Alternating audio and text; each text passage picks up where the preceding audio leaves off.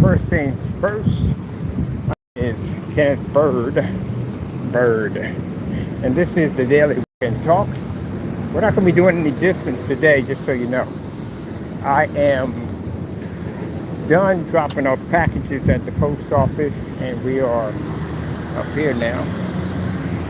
So we're done right now. All packages are dropped off and they're finished. And just getting a few things wrapped up. Pretty soon we'll be in the new warehouse we're going to be working at for the company, and everything's going to be good to go from there. So just taking the light. I'm going to basically, I got to go back. I still got to process 2 orders coming back to the house, and we already got orders that just dropped in for the new technology already. I hadn't been downtown for just a minute, and already orders are already coming in. So again, we're going to be shipping out on the 14th for that product. What am I doing? I'm sitting here at the light, just staring at the freaking light. When I should be crossing over to go to the park. Got myself some treats. I'm happy. I'm not just happy because the product did well. We did the whole thing on a $10 projector, $60 ultra short throw, and we were outside at 1,000 lumens on a projector cost $75. That's literally all it cost me to do the whole thing. That was it. A couple of cardboard boxes and a sheet of dirty plywood. Now, if I can get those kind of results from just that, imagine what you're going to get out of it. And that's what people that want to sign contracts with the company are seeing, that the product makes money and it doesn't require expensive high-end projectors to try to make the images look good. And again, this is not good because say they're using a $4,000 projector in the showroom. That's coming from the projector. That means in order for you to get the same image, you don't spend $4,000 for a projector. You're not going to do the same thing at lower.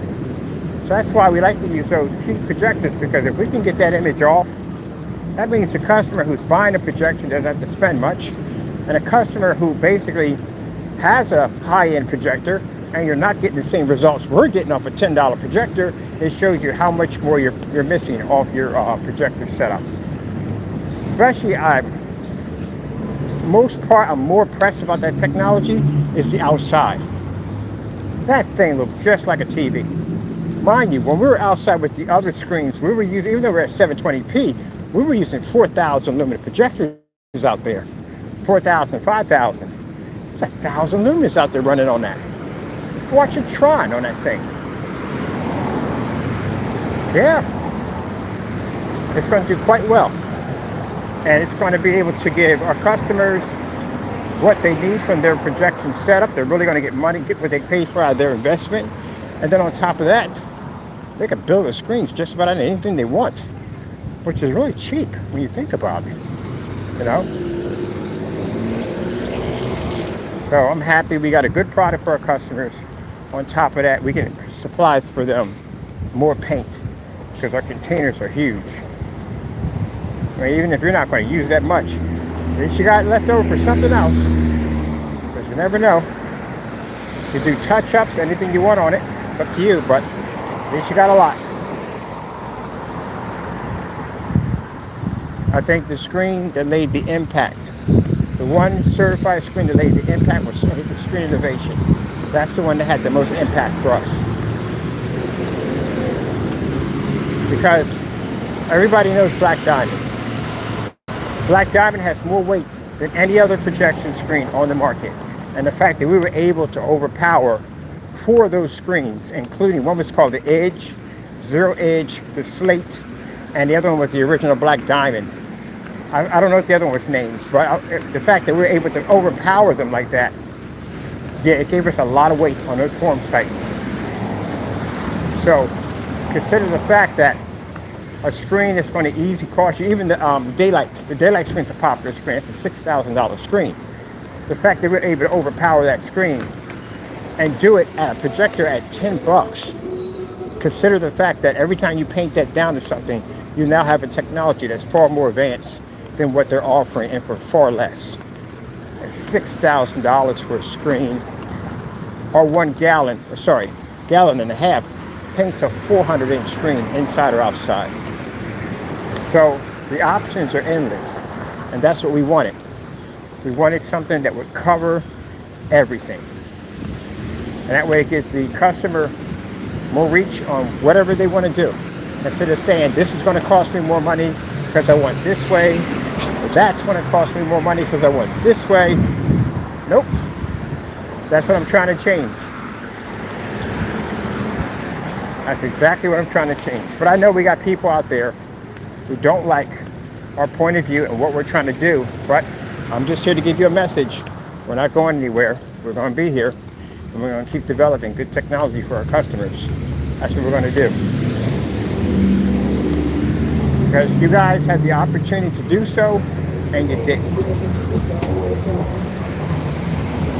So now we're going to basically take over that, whether you like it or not. Because you had the opportunity.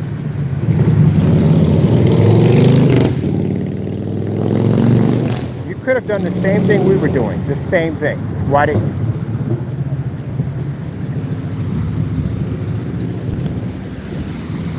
You had the same opportunity as us. So why didn't you do this? Why didn't you make better screens for your customers? You didn't. So that's just what it is. We're just going to have to replace you because you don't make good products. Just like with the dark silver. That dark silver Cinemax product, you mean to tell me that you couldn't make a product based at the end of the day with ultra short throw and long throw compatible, can pick up that size, 1,000 lumens, to take out certified screens? Just some cheap house paint that you literally could match on a YouTube channel or your own channel with that? That's the best you could come up with your customers? That's it? Certified screens, all you can come up with is the expensive, high-end expensive screens that only very few people can touch. If you got deep pockets that way, and this decade in town where everything costs us so much money, everybody wants to give you less to take more from you.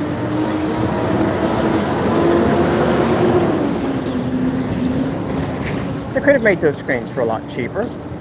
They didn't choose to because they had a certain clientele they were catering to. That's what they did. So we came in and we leveled the playing field. Matter of fact, we did more than level it, we upset it. That's what we wanted to do. Ooh, see over there? Now I can get a better scene. I got a new area I'm sitting at now. So think about it. There's no need to be upset with us when you had the opportunity to do it yourself.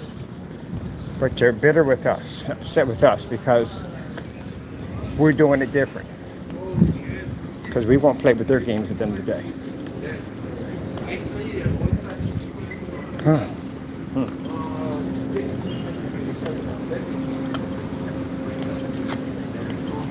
This is where we're at right now. Okay, so walking over to my favorite spot now. But anyway, they had the opportunity and they didn't take it. So we saw it and we took it. I researched everybody's companies and watched how y'all sold your products and what y'all did. And I did the opposite. We could sell out. We have companies that contact us about wanting to do business with them. But why? Why do business with a company when we know that we could overpower them? What was the point of that? We don't need them, they need us. They come at us, I kind of get it all the time. They come at us like, we can help you do this, and we can get you out there, and do this, that, and the other. We can do it ourselves. It'll take a while. It'll take some time, but we can get out there. But if we come to you in a day, we know what you're going to do with that product. You're going to charge an arm and a leg for it. And then everyday Joe is going to have to save him forever or kill off his income tax just to get a screen. Nope. So we got the hate mail today. A lot of it. And we expect it. You know, that's what we expect. Am I bitter and angry with them? No, why would I be bitter and angry with you? You can't take away my happiness. But I can see that yours has been taken away because that's why you're reacting the way you're reacting. And it's normal. When you have a better product, This is what people do. It's my little seat area. This is expected for you to act this way. It's expected for you to be angry, expected for you to be upset, bitter, and childish. So what am I supposed to do with that? Am I supposed to cry about it? Is this going to hurt my feelings in any way? No, it isn't. It just shows me at the end of the day that your feathers got ruffled. That's all it shows me. That's it. Certified screens won't take us to court. You know why? Because they know we can back our products. They've been researching me for a very long time. Yes, they have. Talk to some of them. They know who I am. So they've been researching me. They know who I am. And the last thing they want to do is give me any more publicity at all. They don't want it to get out there in court or to be documented anywhere that we have a technology far more advanced than their screens.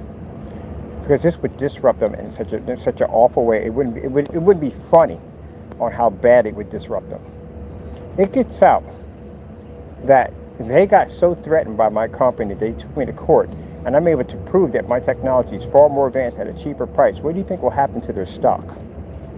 That's why they stay away from me. I'm testing on certified screens for years. I only had one actually tried to threaten me, and that was Diamond. Did that. They came at us with an attorney. But, I can always use that in court, and I'll tell you why. Because if a company was a serious threat and was causing some problems to your business, you don't start off with an email saying, hey, I'm sorry I woke you up. Checking out your YouTube videos and your product seems to have potential. You don't start off with that. You start off with the cease and desist letter first, telling them to back down, pull this, that, and the other. No, they knew at the end of the day that we were basically coming close to their screen. This is when we were testing the D5K technology against their product. And they knew that, look, this guy is about to hit the screen pretty soon. And we did. We hit the screen. We were able to match one of their screens. But in the demonstration, when I went to turn to the side, their screen became dark. And I'm like, what the freak is that? Because I didn't see it in our products. I just thought the lighter products, I thought the screen was just, that's how it worked. But a screen next to it looks just like it, and our screen is able to maintain at a 180-degree viewing angle, and their screen wasn't. Well, that's when I went back and talked to a buddy of mine. I was like, hey, what is this doing? And he said, oh, that's called narrow viewing cone effect. That's when screens basically, when you turn to the side, they go darker. They kind of pick up better if you're sitting right in the center. I was like, oh, a vantage point.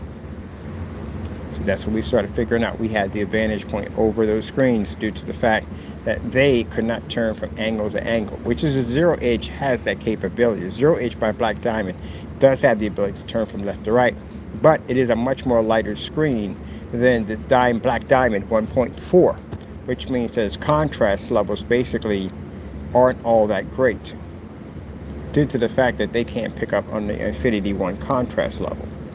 So if you can't read under Infinity 1 contrast level, that means every single gunmetal screen on the market will not be able to touch the black technology.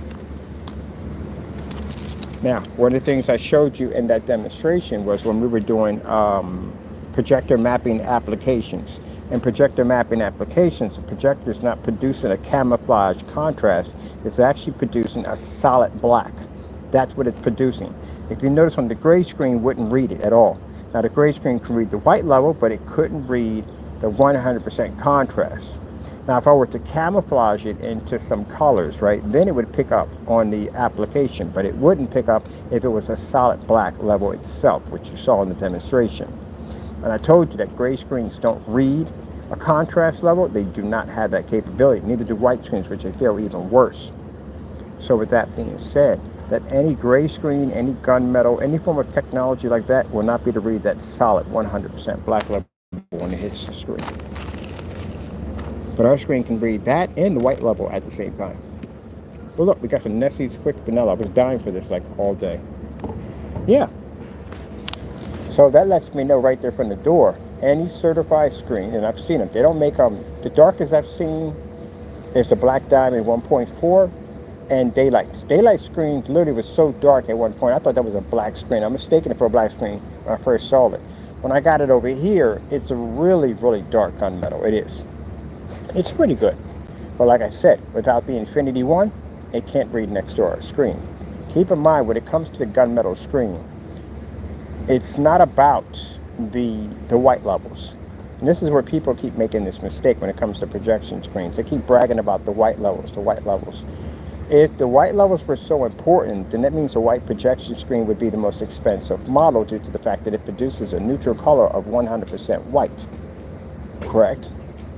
So that is the only screen that produces a 100% pure white level. So when you claim you have high white levels in your screen, it means that you have a white level balance. You don't have actual pure white. But in white levels, when it comes to a projection screen, there has to be a balance level, which means you must pick up a mixture of a tone of black and white at the exact same time, which means it's kind of an off-white kind of look to it. It's enough to be able to produce, if you're doing 1,000 lumens, fully lit environments, and you're doing something like that, you're still going to have to produce an environment super bright enough, a white level bright enough to be able to be brighter than, or not, you don't want to come out like a black paint or black fabric. That's what you don't want. But you're going to have something to prove that you could do that. That's why you have something called black versus black test. So you see that all the demonstrations that you have to do, it's kind of like a domino effect. One actually affects another. See? So that's why all those tests are important. When you do, one of the most important tests is to show off balance. People do balance tests in a dark environment, or they'll have some lights on, they'll have nothing to compare it to. No, you have to have a screen the same color as yours, as we have black, and you have to have a white surface. So you can show that even with the surface that's next to yours, even if it's black or gray, it doesn't pick up the exact same color as your product does. Something we have to do when it comes to black screens, which I did not see in the Series C. I did not see those tests. That test is extremely important, especially when you're dealing with black technology. It's a very important test. You have to be able to show that your balance level, when you come to your white levels, have to be balanced, which means that when I put on the color red, that means that the white screen can't produce the proper balance due to the fact that it doesn't have enough contrast, and the surface that you have laying next to yours that is black like yours can't produce a high enough white level, and therefore it comes up too dark. That means you have to beat both surfaces at the same time at 1,000 lumens in a fully lit environment. The reason why we choose a 1,000 lumen projector and at a distance somewhere between 15 to 16 feet, because by the time you travel and that much light, you don't have much of a lumen count in order for your screen to generate that balance level. Makes it much more harder. But yeah, now see everything I just explained to you just a few minutes ago? This is literally what you should be hearing on other channels. Instead of hearing more about them talk about the projector, the somewhat poorly lit environment, and the screen. They don't explain to you the science behind it all. They never do. That's because they're smoke screening you, that's why. Even the environment's fake. That's why I walk over the windows and show you blinds. But, like I said, in the end, yeah, we got cursed out. Big time. I got cursed out big time, really. So, they're very ticked off, they're very angry. And again, to you naysayers that are upset by what we do, and you feel the need to curse me out and all that, it doesn't bother me. It doesn't make me go depressed. I don't know what goes on in your head at the end of the day. I don't know what the devil tells you or what he says to you. Like, hey, if you say this to him, this is going to hurt his feelings. It doesn't hurt my feelings. I've been in this business for a long time. I've heard everything under the book. Racial slurs, death threats, I've heard it all. Everything. Your technology has to be extremely good when people are basically willing to call you the N-word multiple times and basically try to give you death threats. Yeah, like that phases me at the end of the day. You know what I serve at the end of the day? I serve my Lord and Savior, Jesus Christ. Good luck with that one. That is not going to happen. I know the devil must tell you this, that, and the other, but it ain't going to happen. So I don't know what Satan tells y'all at the end of the day, but it's not going to happen. It just makes y'all look like idiots. But until then, my products are going to sell. We have our new technology coming out, which is that Omega technology, which is a screen that's actual light, which is going to be freaking sick to show off. A screen that's actual physical light, and that technology can land on light and display. The very same light that washes out everybody else's screens. Hold on for a minute. I'm dying for some Nestle Quicks. Vanilla. And like I said, the only people that are bitter about this are people who make products. That's it. Sorry about that. We're the only people bitter about it. Customers aren't upset about this. What, getting a fair shake? Getting a decent screen at the end of the day? Not turning their living room into a medieval dungeon.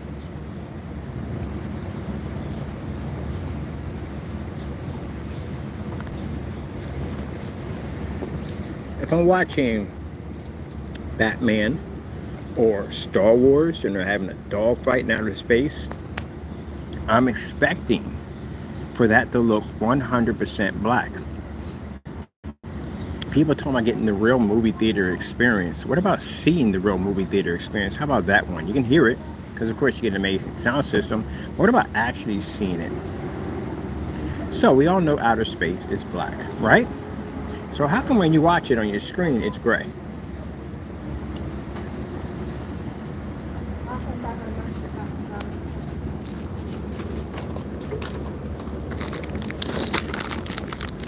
That's what that comes down to. Colors ain't really what you're watching. And if you can't see contrast, and really look at this. If you have to turn out the lights to get the contrast and the color to work, you don't see it at all. You're not seeing it.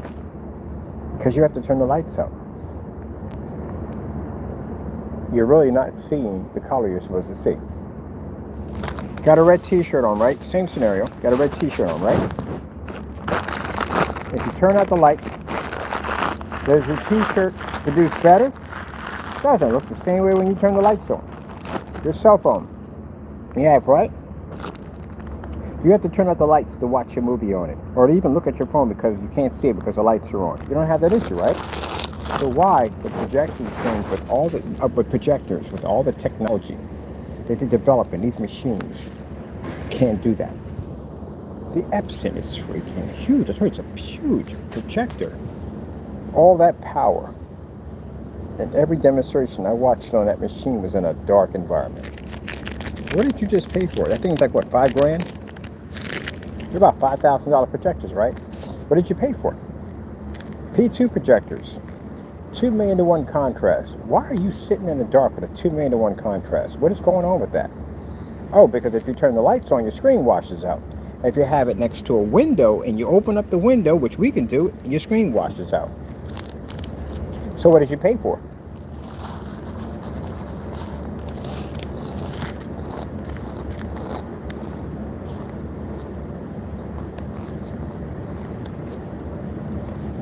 Chewing. If you look at the promo commercial, even though it's AI generated, their intentions weren't to use that projector in a dark environment. Their intention was to use a projector in a TV-like style environment. Not once did they show that screen, the full environment being dark. Ultra short throws are designed to replace the TV.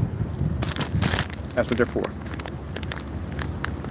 Something you can set close to the wall, get a 100-inch, 120-inch screen, and operate like a TV.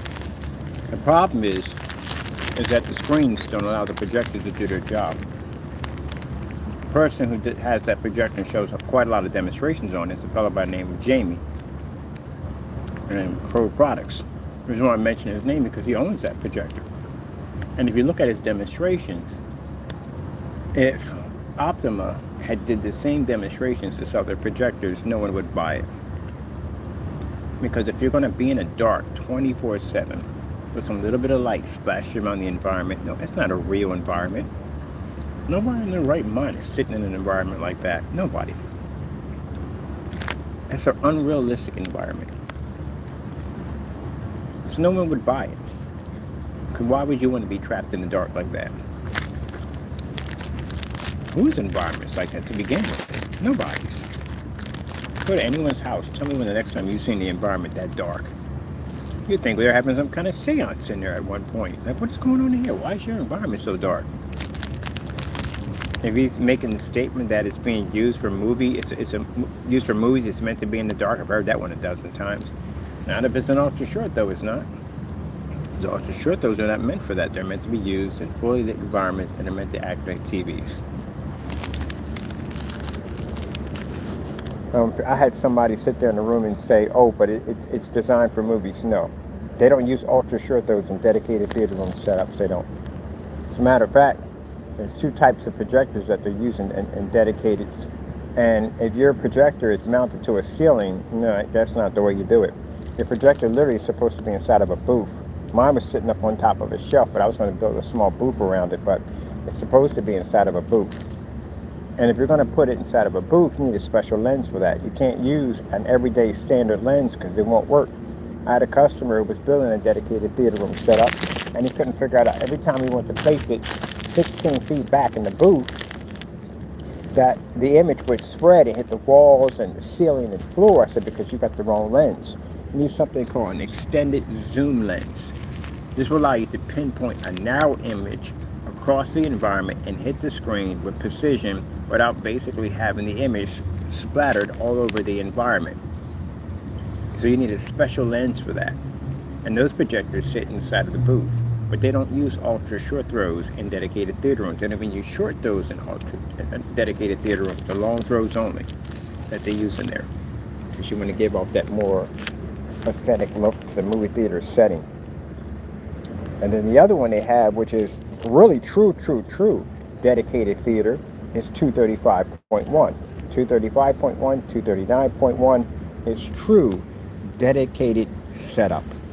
Because you can't get 16.9 doesn't run properly off of that. You have to run everything at a 235 or 239.1 setting, and you have to have certain recordings for that. So you're not gonna run everything in there.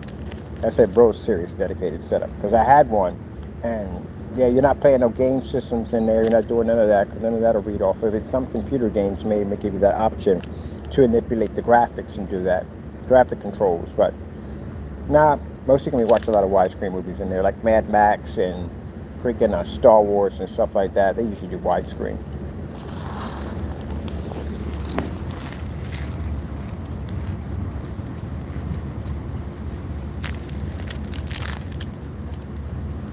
But yeah, I don't get what I pay for. I couldn't imagine spending $5,000 for a projector, and I can't read 100% black. No, that's crazy. Even $3,500, you can't read 100% black. That's why when we did the field trip with the P2, I went around trying to find anybody who was using that projector in a fully lit environment. I didn't find out one person. The only thing I found was the AI from Optimal. And you can compare that one that they showed when they opened up the whole entire room and they had the screen set up and everything. Try to compare that to everybody else's.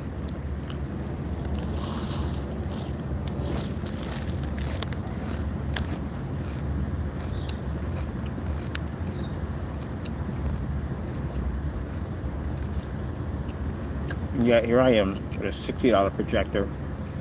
My screen size is far more bigger than your screen size. It is true. In a fully lit environment with the lights on. I can read at 180 degree viewing angle. At the same time, watch my ceiling.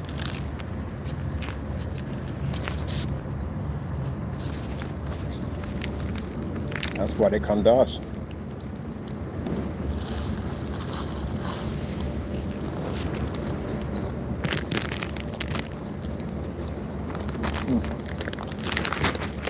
Good Doritos. So, I know that customers love us, but people who make products can't stand it.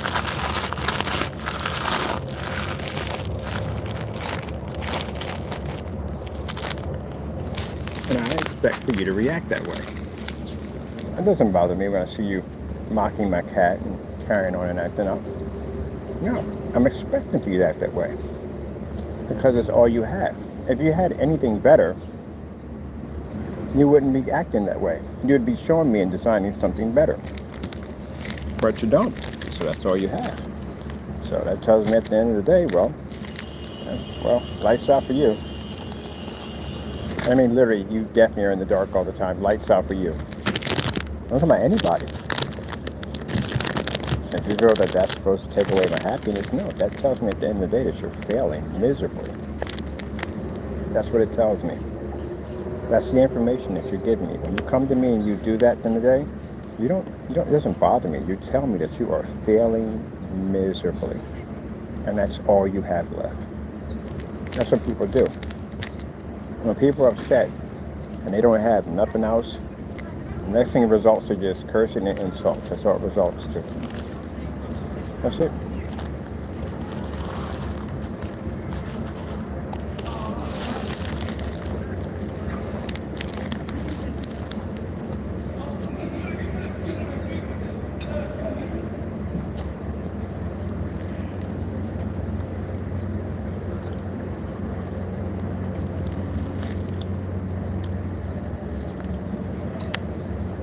Let me give them a bit of an example so they can understand quite. If you're in a bar and you're talking about football stats, and say somebody knows quite a lot about stats than they, far more than you do. You'll get to talking about this, that, and the other. And you tell him something that you really think is true, but it's not. He knows it's wrong. He's able to prove this wrong. There's nothing more you can say, because he already told you that you were wrong to begin with, and he was able to prove it. So what happens to most people when they get upset in that situation? They start cursing and carrying on. They get upset, they get angry, they get bitter. That's what they do. Because they don't have anything left. There's nothing else they can tell that person, because he's already told them everything and he was right on it 100%. So all you have left is that your pride got taken away, and now you're upset and angry, and you just result to you basically becoming emotional. So you start cursing and carrying on, figuring that these words are going to hurt the other individual, but they're not. It's like a defense mechanism that goes off when people get upset and they get angry and they start cursing out. I didn't sit there and just look at people when they do that, because I know that's why they do it.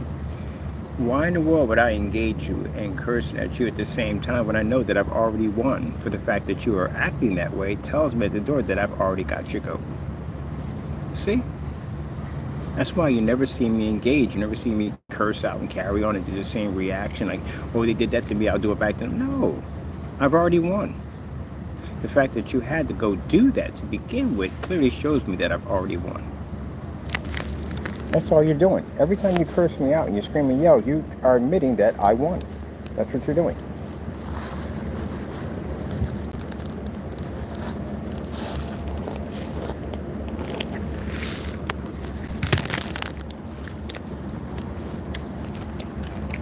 How easy it is. Most people, some people, will get upset and try to transfer the same energy back. And people that are smart about it don't. Because if you had to bring that energy to begin with, that tells me at the end of the day you have nothing left. If you did have something, then instead of wasting all that energy, you would go build something, design something to compete with what I have. That's how you do it. That tells me you don't have anything. And I'm right.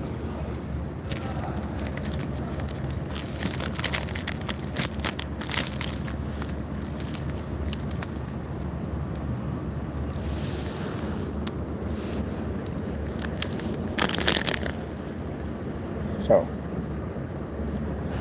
I just look at it and just smile and laugh about it and delete it. That's it. You're not showing me anything. Now, a true businessman doesn't engage in that nonsense. He just sits back and he'll go, okay, I'll be back in a couple of years. And he'll come back in the back a couple of years and do his research, his studies, and he'll design something amazing and bring it back. It says, here, I got something for you. And probably take out one of my screens at the end of the day. And the good thing about that, the beautiful thing about that is I got to respect that person at the end of the day, because instead of wasting the energy crying and whining about it, he went and rolled up his sleeves and did something about it. That's what you got to respect. But I can't even give you that, because all you do is cry about it. Making cat noises on my answering system doesn't faze me at all. How is that supposed to hurt me in any way? I'm just curious. What is that supposed to do? How am I supposed to be upset about that? I'm an adult at the end of the day. I did that stuff when I was a kid. So I kind of just look at you like you're an adolescent. So how am I supposed to just cry about it? I don't know. It's just funny. Like, how am I supposed to, how am I supposed to react to that? I don't get it. Literally, they came on my answering service and they cried like there was no tomorrow on my answering service from my company. They cried about everything. They cried about the technology. They cried about everything. So how am I supposed to react to that?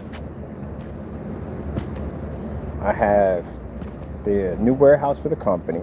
We got new technology coming out. We got technology selling right now. As I'm sitting eating a bag of chips, I got money transferred to my account. I got orders I just dropped off at the post office a few minutes ago. And I got contract negotiations probably coming up next week. So why am I crying about it? But you haters at the end of the day, they're upset about my work.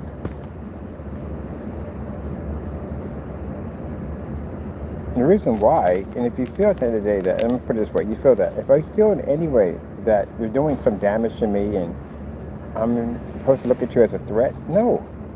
The reason why is because you have imploded your own business trying to catch up to me. You have no proper paperwork. Your products are not properly tested. And you lied about everything on your specification sheets. And if you do sell anything, it's going to come back as a not as described through a PayPal complaint because you can't back up anything you said about your products. So, and on top of that, well, you charge $60, so you're really not making anything. You're lucky if you make $10. No, you're lucky if you make $5 after taxes.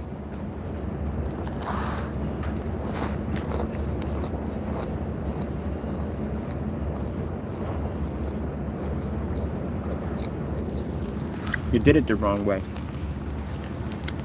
Now, if you made a very good product, something that could back itself, you still couldn't touch me. You know why? I've been here longer. I got more seniority. I got more weight than you do. That's why people know me better than they know you. But you did it wrong. You should have put the time in. If you put the time in and you really buckled down and made a very good product, then you could have sold that product for a very good price, made a good amount of money off of it, and then you could have dropped it down to a price that would have been lower than ours, and you would have cleaned up quite nicely because you've already established a name for yourself, a foundation. You didn't do that at all. You're like a tree that's not even deeply rooted. It's just hanging on by the very ends of the roots. A good gush of water pushes by, a good windstorm, and it just falls right over. When me, on the other hand, I've been here for a long time. My roots go deep into the earth, almost to the other end. Because I built a foundation for my technology, and you didn't.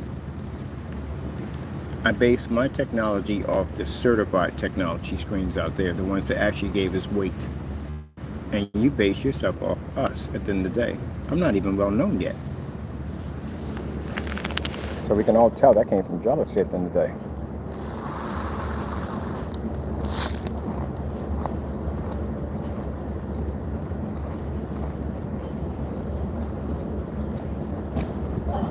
I spent my time and did my research, and now I can go anywhere I want. Sell my technology anywhere I need to sell that. You know, you don't understand how fast we develop technology. That fast I came in and took back what belonged to me. Some Frankenstein UV mixture, where that mess was. Brought back what was ours.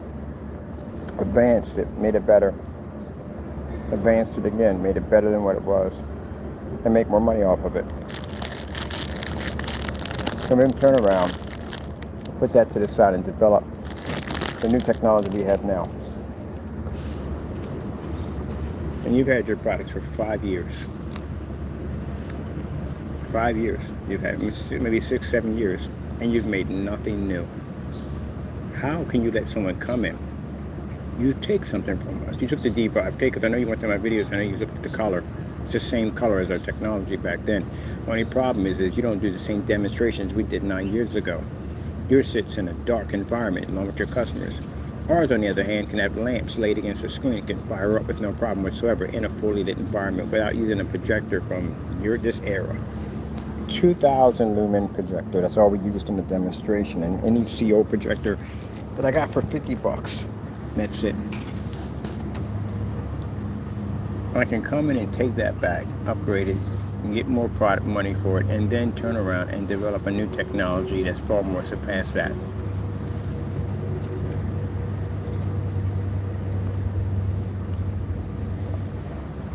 In 20 minutes. It took 20 minutes to make that stuff. 20 minutes to engineer that formula to make that product. 20 minutes. All our products take 20 minutes to engineer. That's it. So for people that are signing contracts with us for investment, they know that we can engineer technology in 20 minutes. They can make thousands of dollars.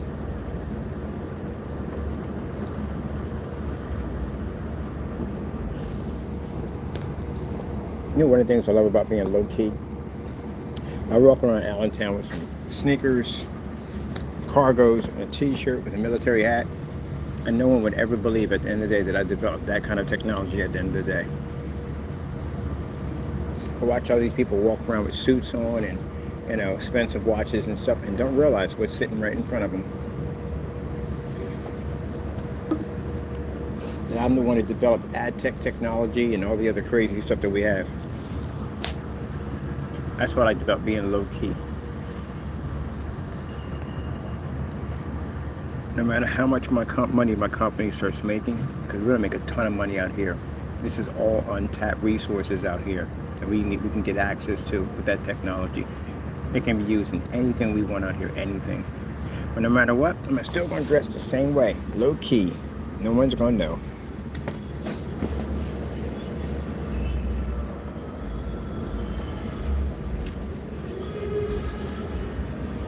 Kind of like that, like I told you, my friends of mine.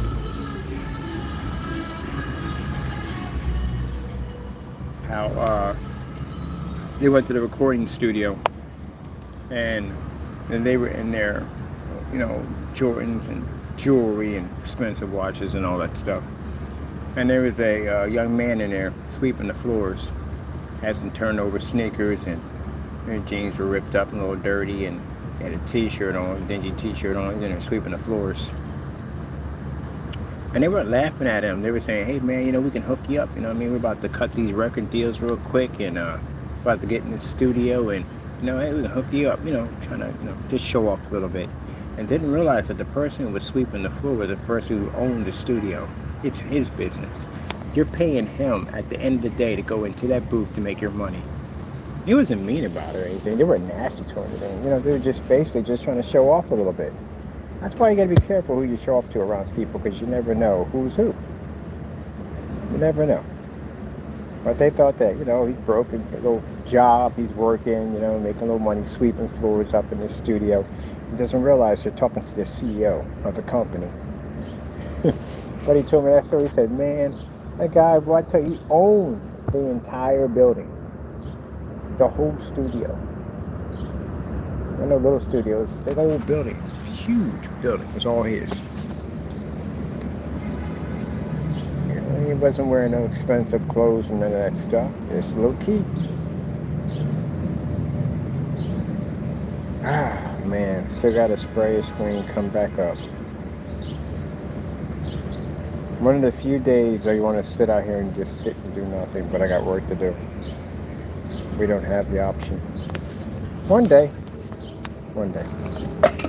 See? Good thing I drank all of that. One day. I got a Twinkie in my bag, but I don't think I want to take that because I'm already charged enough as it is. The last thing I need is sugar. But yep. But as for the title, yeah. Can't take away Christian's happiness. Oh. Take it away. Whoa, you're a big guy, aren't you? Can I pet him? Yeah, go ahead. I love you. Oh no, you can't have Twinkies. No Twinkie for you. Check it out. Look at this, guy. Isn't he cool? Just came around the corner. Awesome. I love you. All right. Thank you so much. Bye-bye. Man, I told you some of the cool stuff happens to me in live stream. So, I'm sitting here, and this big dog comes around the corner like, whoa. I'm like, how you doing? What are you doing? I love you. He was just so huge. He caught me way off guard in the stream. I didn't see the dog. He just came right around the corner and was right here, right in front of me. Cool dog at the end of the day.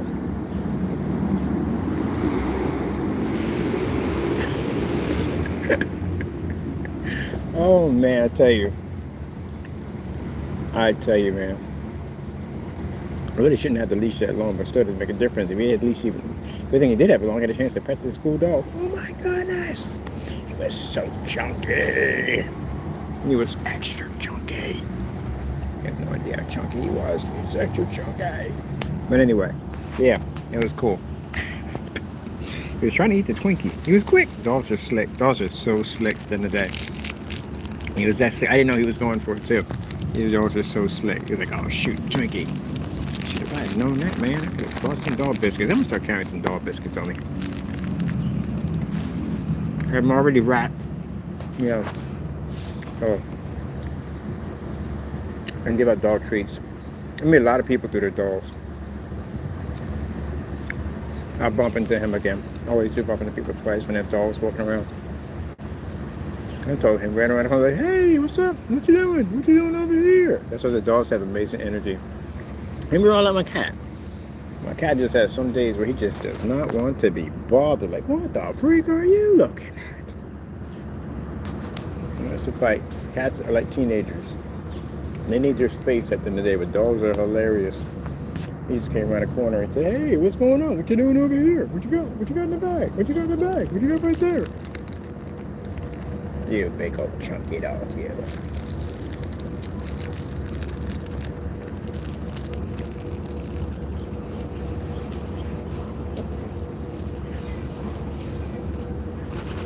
Alright, that was pretty good. I had an urge for some reason, I don't know why, but I had an urge for Doritos, Nestle's Quick, and a Twinkie. I have no idea why. Don't even ask me. I eat like a 5-year-old. I told people then I eat like a 5-year-old kid. That's how I eat, like a 5-year-old kid. Oh god, the freaking what do you call it? The kids on the whatchamacallit on the what do you call it? I gotta move because we don't record. We got kids over here. On the little scooters things, I watched this kid basically eat concrete the other day. He literally ate concrete. Start putting helmets on those jokers. Oh, parkour. Alright, so that was fantastic. Alright people, so I'm going to cut this stream short.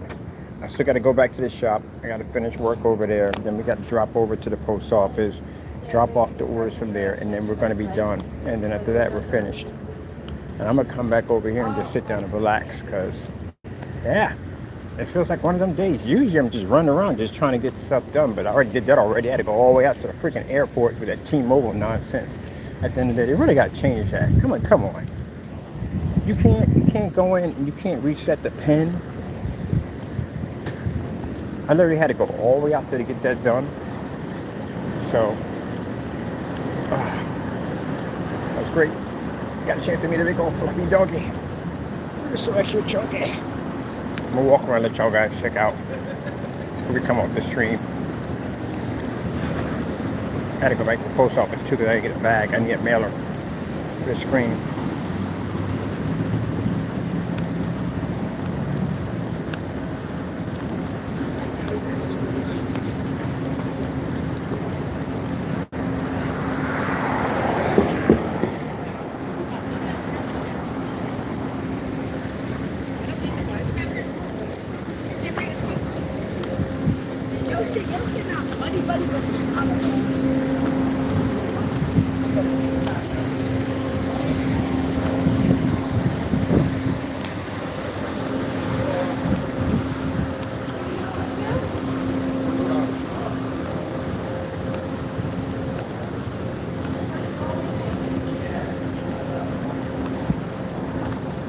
know why when I see those lights on here, they're like NBC for some reason. But it's not. It's a color code for these lights. They change colors.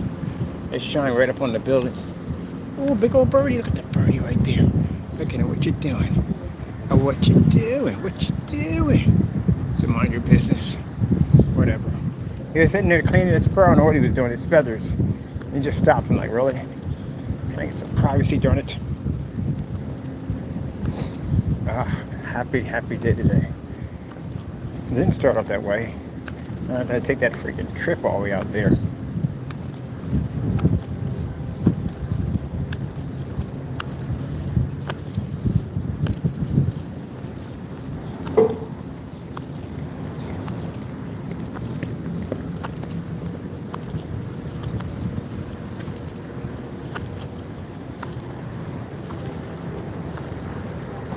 Well, at least it's done.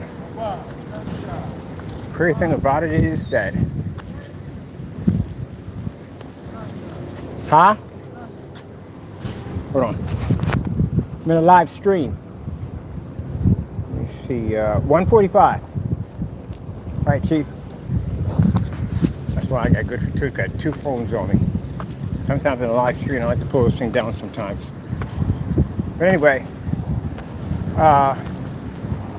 yeah, man, I had a great day today. Tell you the truth. Great day. So I was going to start off bad because last night I woke up and got down to the shop and I have two different accounts for my internet service. And internet's at the home front's on. I get to the shop. Internet's off. I'm like, dagnabbit. So went in. And they didn't send me my account. So I have residential at the home front and I have business over at the shop. Which now they require EIN numbers now to get them. If you want a business account, you have to have the EIN number. You have to register your business in order to get business internet, T-Mobile. But anyway, and I'm checking my email like, okay, so where is the bill? Nothing's coming up there, nothing's coming up here. And I'm gonna walk back home. I was so upset when I had to go out to the airport because that's time, if you're not doing something else. It was my fault because I couldn't remember the PIN. So I had to go in and I still don't remember what the PIN is. They can't reset the PIN. So the guy was like, unfortunately, we can't reset it. Come on. Come on. Unfortunately, you can't reset it. So we're going to have to have you go down to the location. And I'm like, where's the location at? And they were like, at the airport. And I was like, yeah. Because if I live, that's $14 back and forth to change a PIN. Let me see. I don't have any mailers at the house. Do I got to come here to get a mailer? Oh, no, we're not doing that.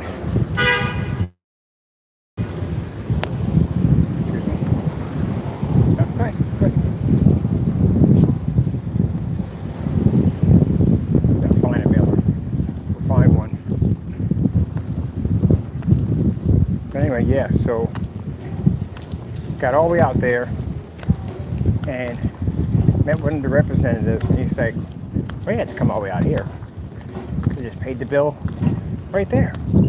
I said, yeah, but when I called them, they told me I couldn't pay the bill right here. I had to come in here for this nonsense. Well, I was so ticked off. I got a drum set.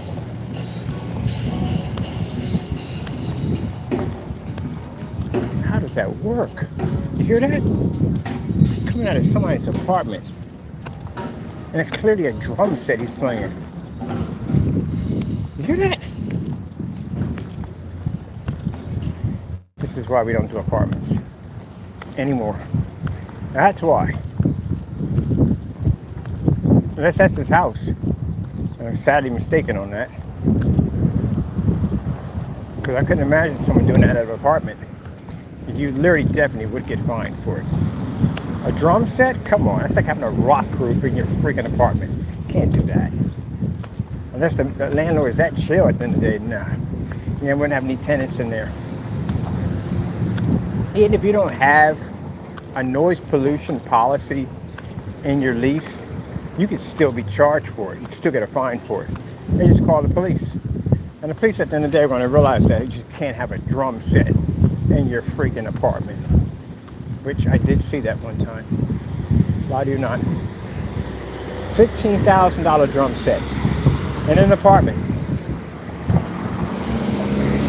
And I don't even know why you would even put that in there. I mean, I could see about just renting out a studio, you know, a little garage, something at the end of the day, but you don't stick a $15,000 drum set in your apartment. How are you playing this thing? And clearly I'm looking at the walls because I'm expecting to see like the, some kind of soundproofing. Nothing there. So it's freaking like, my buddy does, I went to one of my buddies a long time ago. I got struck by lightning. You can clearly see that. Got hit. Definitely got hit. But anyway, one of my buddies is into music, and he's supposed to be meeting up to get this drummer for his band. And this guy got off work kind of late, so we're in this apartment complex like 3 o'clock in the morning, and we come to this guy's apartment, and he's got this insane drum system set up. I mean, it's the one you sit in the middle, and the thing literally wraps all the way around you. And I'm thinking, like, how are you playing this thing? Is it for show? It's huge. Huge massive drum set. And you can see where he just wanted to hit the drums to show a little bit about what he could do, but he really couldn't hit it because it was 3 o'clock in the morning at this apartment complex he was in. And when we got out of there, I said, Glenn, I said, that's your question. Why would you even have that in there? Because that's a $15,000 drum set he got in there, and you really can't cut up in there at all. I mean, it wouldn't fit. As big as this thing was, it wasn't going to fit in any other rooms. It was the entire living room. It took up the entire living room. The chances are when you get an apartment, most likely the rooms are smaller than the living room. Yeah. I'd have got myself something a little bit smaller, stuck it in one of the other rooms, and I'd have soundproofed it. Well, he was out on that bike. Just about missed that truck by a couple inches. Jeez. Got on a bike a few minutes ago. But yeah. Ah, man, I still got to go back and probably have to pick up a t-shirt for 4th of July. I'm going to jack up anyway. But anyway, yeah. Never forget that, man. $15,000 drum set. In an apartment. Like, how do you cut loose on that thing? It's like buying a Bugatti and you freaking got a speed limit in your town of 5 miles an hour. There's just no point. You know, you just want to hit the gas, just open that sucker up, but you can't. And like, if you get caught speeding, it's like some insane fine, like $50,000 for a speeding ticket. It's just pointless. But anyway, yeah. They had it all set up too, man. Amps and all that stuff and everything. Pretty sure you can beat the crap out of that thing. Of course, they did hire him. And he was worth his money. He was really good. That drum system wasn't for show. He was really good. But still, I wouldn't have spent 15 grand for no drum set. Heck, I'd have just went out and spent like maybe $1,300 to rent me out a nice little. You get a good warehouse for $1,300. $1,300. We're doing about $1,300 right now on the spot. We got about 1,200 square feet in there sitting around to play around with. That's plenty of room, and the acoustics in there got to be amazing. We don't run anything that big. I say something like 800 square feet is all he really gonna need to just get in there and cut up. That's it. Yeah, we got 1,200 in ours. The loading dock came with a plus because we can use that later on. Look at that. Little tiny homes. You can turn it into tiny homes. So easy to do too. Turn it into a tiny little home.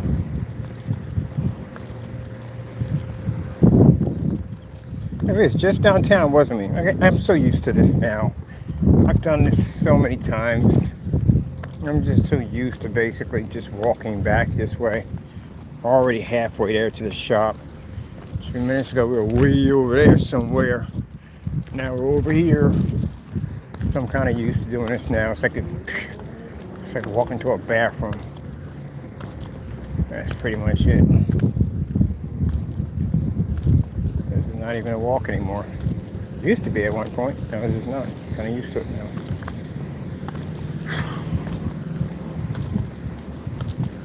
Money goes quick, man. It does.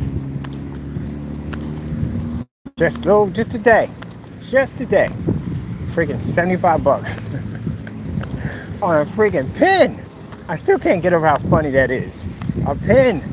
I spent $25, no, 14 going one way and 14 going back for a pen. Could just paid the bill. Right there. They're telling you can't pay it there. You gotta go to the dealership. Go to the dealership, they could have paid it on the phone. Maybe people gotta make up your mind. Get a bunch of the vehicle out there. Still would have cost me gas money at the end of the day. Still had to go out there and pay gas for all that nonsense. But the good thing about it is, which I say is a blessing out of that, and I'll tell you why. Because they somehow got my email incorrectly. I don't know how they did that. Okay, the Roman numbers do it all the time. They screw people up on the Roman numbers. So they thought with the Roman numbers it was something else. And this is the reason why I wasn't getting my bills. So my bills were going, I have no idea where. But they were going somewhere. We're already down here. See that? That fast we're at the intersection right here. So yeah, the bills were going somewhere. I got it down because people at the light don't want to be recorded. Who knows? You record somebody, could be one in 50 states. But anyway, like I said, the people, I don't know, they just couldn't find my bill. I'm like, what email do you have? And they put the email down wrong.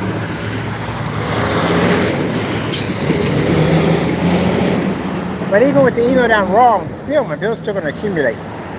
So I went 2 months without paying my bill. I guess how much my bill was when I got it. $50. They charged me 1 month. That's it. And mind you, the service is $60 a month. And they charged me $50. Tell me that was not a win-win, by God.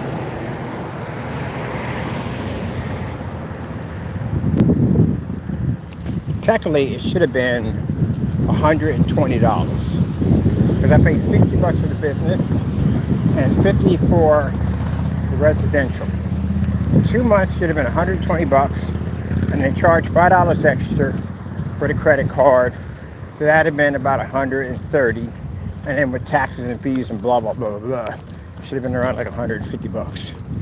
But that didn't happen. When I went in there, it was $50. That's it. That's all my Lord had me pay. And then the money I already spent on that just made it up already. And I was up there having a bag of Doritos. Got 5 orders in the account and all of them are gallons. Gallons sell quick, they do. They sell quick. Just got finished shipping out 3 gallons. 3 gallons and 32 ounces. I got a 120-inch screen to knock out. I'm gonna walk that right up. It's not that far. Go get myself a t-shirt. Then go sit in the park and just chill like I was doing. But we got a lot of work to do today. So we'll get that option later on.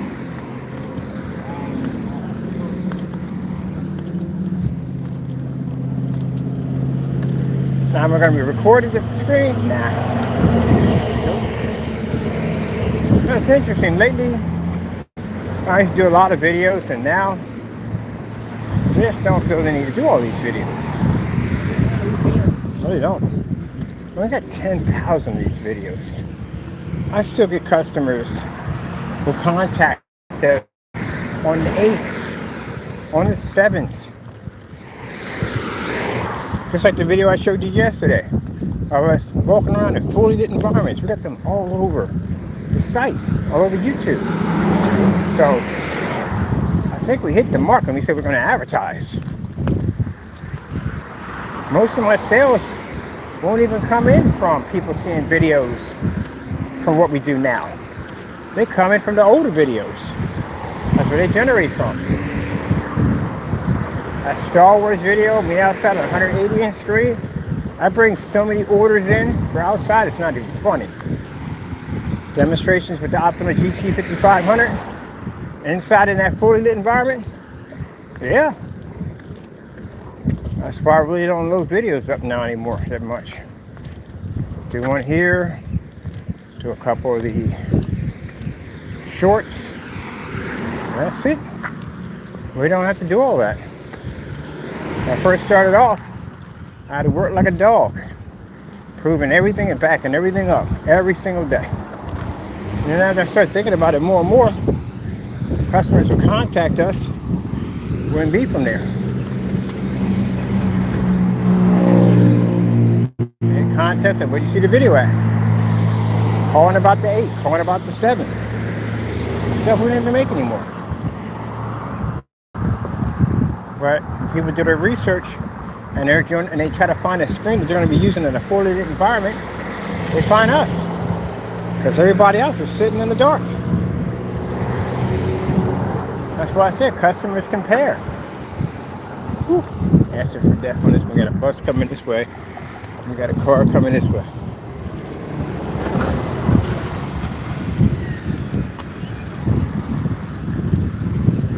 Customers don't care if you're on there slandering someone's products. They don't care about that. They'll go do the research. They'll do the comparison. If your product claims to be so good, you should be doing the same videos we're doing, and even better. They don't find any demonstrations of y'all producing off the ceilings, floors, no customer demonstrations, nothing. Outside demonstrations, we have the most. They don't find y'all there. They find only us. I can speak of something and Google will pick it up. Just like that. It'll be all us. Everything comes up under us. Projector mapping applications, we pull up with the rest of them. You're not even there. 235.1 screens, dedicated theater rooms, y'all don't come up. Only we do. So, I get it every time. Customers contact us about ambient rejection technology. We did the research. You're the only one that's doing these demonstrations. It doesn't make a difference how many videos you make slandering me at the end of the day. Customers do the research and they see if you're slandering me and your product's supposed to be so good, how come you don't have the same demonstration or better? Why are you still doing demonstrations in these dark environments? If I'm a customer and I'm trying to use my projector in a fully lit environment, and I see you in there with a 3500 lumen projector, 4K laser in the dark, and then I come over here and I see this fellow with a $60 projector, screen is 3 times your size, my screen's 150 inches in there. And not only is he displaying off the screen on a $60 machine, but he's also producing off a ceiling. The same light that if I have on in your environment would wash your screen out. Who would you buy from? They buy from us. That's why. Go to my website, got a whole section of videos just about everywhere. Go to your site, ain't nothing there. No test demonstrations, no demo videos, nothing. Customer reviews on your products are old. They're from 5 years to a year ago, and everybody's sitting in the dark. Go to my site, look at my customers outside, watching the same demonstration that you did in your own video in your dark environment on your projector that costs far more than what my customer used. They do comparisons. And then they look on your site, not ambient light rejection. Why would you buy that?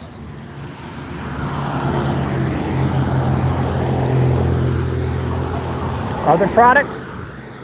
Well, the other product is nothing more than a huge mass of not as described claim from PayPal. That's what he has. And if you were to sell it, you can't keep the money because the customer is going to file against you. Why? Range gain doesn't exist. First complaint. Taking the time to splatter the screen or paint around the screen to get it wet. Didn't even paint it correctly. And the out results were horrible. Where the primer pushed right through. Not good results. Go on my hill. Not good results at all. Claiming to be rear projection technology. You're going to check your YouTube channel. You're going to go through your channel. You're going to find out what you know about rear projection technology. And they're going to find nothing. Just as I did. Except for one video on a 2300 lumen projector that didn't pick up jack. Nothing. You know, you have to think about it. Picked up nothing. How many rear projection demonstrations have I done compared to yours? Mine are through the roof. Mine are even on site with the owner that's right outside with me looking at the screen like I was. So who they don't come to for rear projection? Me. We can back it up. We got experience in the field. Where do they come for ambulate rejection? Us. We have more demonstrations in full-lit environments than anybody else. Anybody else. Not brag, it's true.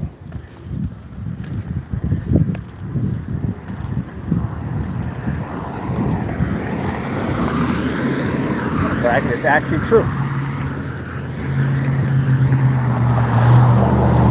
So, you can't back your products up. And then you can't back up. You can't sell it. Even worse, it makes things even worse for you, that you canceled out. And that makes it far worse. The very person that you talk trash about all day is the same person that you refuse to send a product to because you couldn't back it up. That doesn't speak good in your behalf. Seeing that many customers, seeing that many cancellations, yeah, that's bad. On both sides, it's bad for you. You and Jamie, very bad.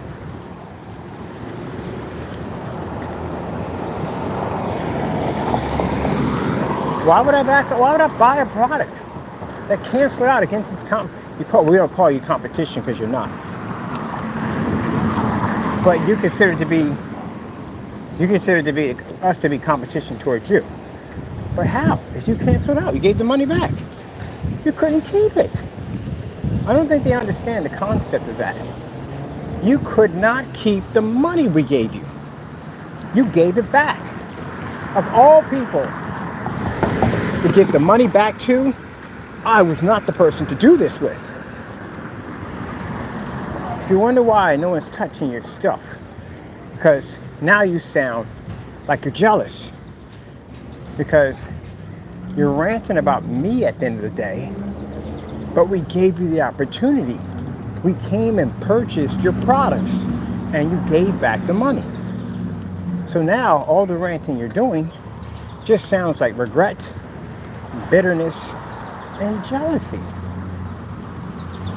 And when you come to my messengers and you cry in there, we just laugh at it because it is what it is. You're just have nothing left. How are you taking away my happiness at the end of the day? I can crush this stuff any day of the week I will choose to, and I can camp you to cancel out, which I did. Not only one time, so many times that he literally had to remove his entire marketplace, recorded the whole thing, had to remove his marketplace because he couldn't take the orders that we pushed to his site. We got both of y'all to cancel out most of the time. We got both of y'all to remove your sites. eBay listing was pulled down because they got scared. Paid what? Twice the amount what this product costs now. $120. Put all that money back in. Couldn't even keep $20. Sent you $20 for a sample and you couldn't keep the money. How embarrassing is that? You paid PayPal a fee to transfer back the money because you couldn't keep it. So I expect for you to be angry. I expect for you to curse and carry on and make cat noises and all. I expect for you to do that because you don't have anything left. That's all. And if you feel at the end of the day that you're taking away my happiness, no. Because I already know what your products are. Products that can't survive are products that can't back themselves up. That's what it comes down to. Customers don't want that. Customers want products that work. That's what they want. Nobody buys products that don't work. I'm going to go shop there because I'm guaranteed 100% it's going to break down by this week. Or it doesn't have any warranties on it. Where is your warranty for your products? That's the big question. Where's the warranty and guarantee on your products? Can you guarantee me that I'm going to be able to get 2 gains out of that screen paint? Can you guarantee me that 100%? Can you guarantee me that technology has rear projection capabilities, which I have not been seen yet? Can you guarantee me that? You say easy to coat, right? Anybody can do it, even a kid. So I should be able to paint that. Guarantee that I can paint that with 1 coat and be done with it. Where's your guarantee at? Put that a guarantee on your site. I don't bother to come looking for it because it's a waste of my time. I'm busy. But still, put that a guarantee, 100% guarantee all your customers that first, that you have range gain capability. It is a real thing. Put that statement on your site to tell everybody it's a real thing, and you give them a 100% guarantee that they can actually do this.